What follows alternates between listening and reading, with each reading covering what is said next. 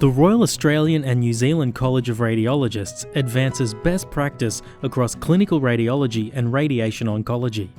Our college is recognised internationally as a world-class provider of postgraduate medical education. The college currently has 141 accredited clinical radiology training sites and 52 accredited radiation oncology training sites across Australia, New Zealand and Singapore. The college also assesses international medical graduates, or IMGs. Each year, about 20% of new fellows are IMGs.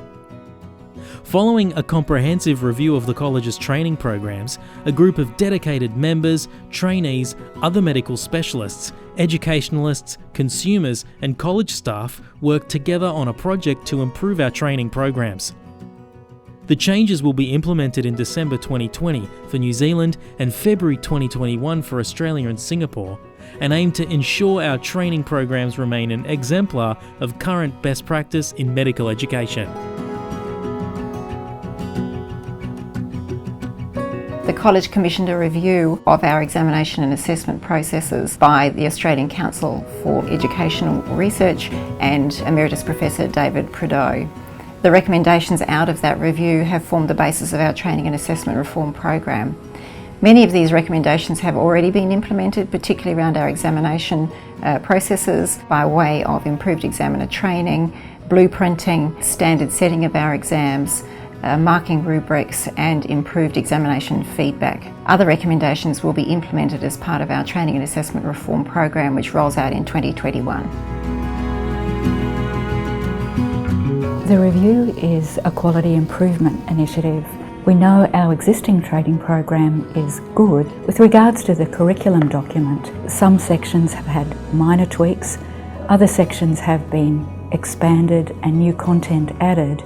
For example, there's a much more expanded section on palliative care and symptom management and also cultural competency. The layout also reflects patient-centred care. The curriculum is better structured and more streamlined. We've done a lot of work to ensure that the format and the terminology within the curriculum is more consistent. The intrinsic role learning objectives have been expanded, and we've included learning objectives in relation to cultural competence. The college is excited to include artificial intelligence for the first time in our curriculum, as radiology has always been at the forefront of technology in medicine. While we continue to recognise the importance of summative examinations, we're incorporating programmatic assessment into our training program. This will enable us to capture multiple data points on a trainee's progress across a variety of settings and a variety of assessors. So quite big changes in the exams. I think that some of the biggest things will be with the new programmatic assessment in the enhanced training program.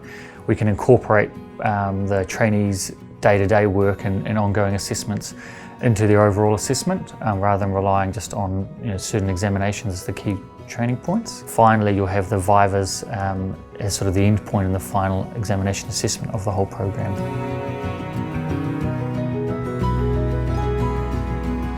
The entrustability scale is a measurement tool for measuring at what level a trainee can practice safely and independently. It spans 4 levels of competence, which is aligned with the level of supervision a trainee requires. It's okay to be at level 1 early in your training, where the trainee may require full-time one-on-one supervision, but the trainee is expected to progress and improve over time. The level of supervision should decrease throughout the training program.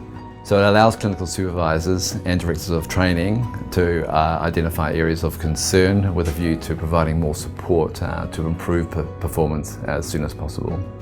The new assessment tools are much more practical, they're easy to complete, and so it means that supervisors can provide more timely feedback to their trainees and also monitor their trainees' progress more readily than we could before. The Oncology Sciences workshops are designed to replace the old clinical assignments, and they've been piloted through a number of networks already and have had universally positive feedback from the trainees. Their interactive nature means that we're able to really discuss complex topics very well. Overall, they've proven themselves to be a very useful learning tool, but crucially, they're also not very onerous on the facilitators and the organisers. The new work-based assessment tools will allow supervisors to observe trainees in the workplace and to assess their performance in a clinically relevant context. So it's been really great to see that the trainees' voices have been heard in regards to making the new training program a bit more relevant to today's time. So the new planning and contouring assessment tool is really good at assessing the variability in training, teaching and assessment of planning across all the different training networks. So as trainees, we should take the responsibility to ensure that we have undertaken all the trainee requirements and assessments, but we still have the guidance and feedback from our supervisors to ensure we're on the right track. We understand that every trainee's journey through the training program is different and that they all learn at different rates. The Enhanced program will provide additional opportunities and milestones and mechanisms so that they can get the support that they need during training. The college is grateful for all those who have contributed their time and their invaluable input to this project.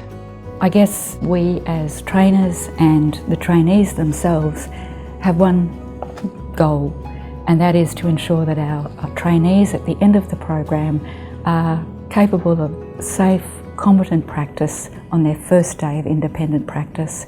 And we believe that the training program we've developed will support them in achieving that goal.